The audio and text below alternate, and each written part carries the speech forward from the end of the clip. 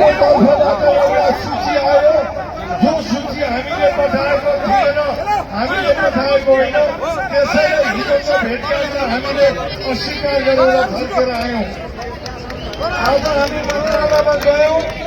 मन्त्रालयमा कुरा भयो, माननीय मन्त्रीज्यूले पनि कुरा राख्नुभयो, हामीले कुरा राख्यौँ। सबै हाम्रो तर्फबाट जाने साथीहरूले फोन गरेर कुरा राख्यौँ र हामीले एउटै कुरा गर्यौँ, माननीय मन्त्रीज्यू, यस पटकको आन्दोलनको पहिलो शब्द पनि अग्रगामी शिक्षा ऐन हो, अन्तिम शब्द पनि अग्रगामी शिक्षा ऐन हो।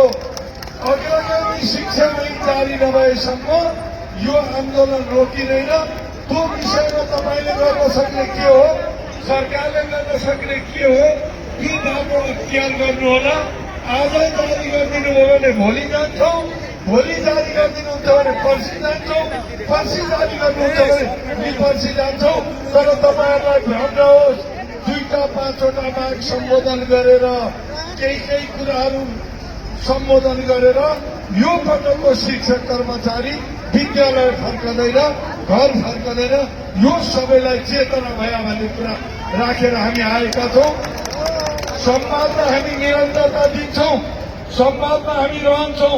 मन्त्रीज्यूलाई भेट्छौँ, सम्माननीय प्रधानमन्त्रीज्यूलाई भेट्छौँ, सभामुखज्यूलाई भेट्छौँ, अध्यक्ष सभापतिहरूलाई पनि भेट्छौँ, सबै नेतृत्वहरूलाई भेट्छौँ। तर अग्रगामी शिक्षा ऐनको बारेमा कुनै सम्झौता हुँदैन। यहाँलाई त्यही जानकारी गराउँछु। र अहिले निर्णायक बलका लागि साथीहरू थप्न, पालिकाबाट आउने धम्कीहरू, अरू प्रशासनबाट आउने धम्कीहरूलाई खारेज गरेर आन्दोलनको मोर्चामा निरन्तर डटिरहन हार्दिक आग्रह गर्दछु। र अन्तमा आदरणीय साथीहरू, फेरि म नारा भन्छु, यहाँहरूले सिंहदरबार चर्किने गरी थर्किने गरी नारा भनिदिनु होला।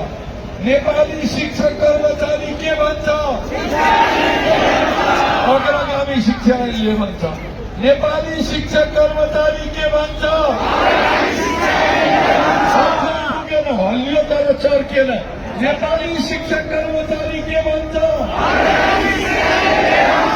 नेपाल शिक्षक महासंघ जिन्दाबाद, नेपाल शिक्षक महासंघ जिन्दाबाद। धन्यवाद, नमस्कार।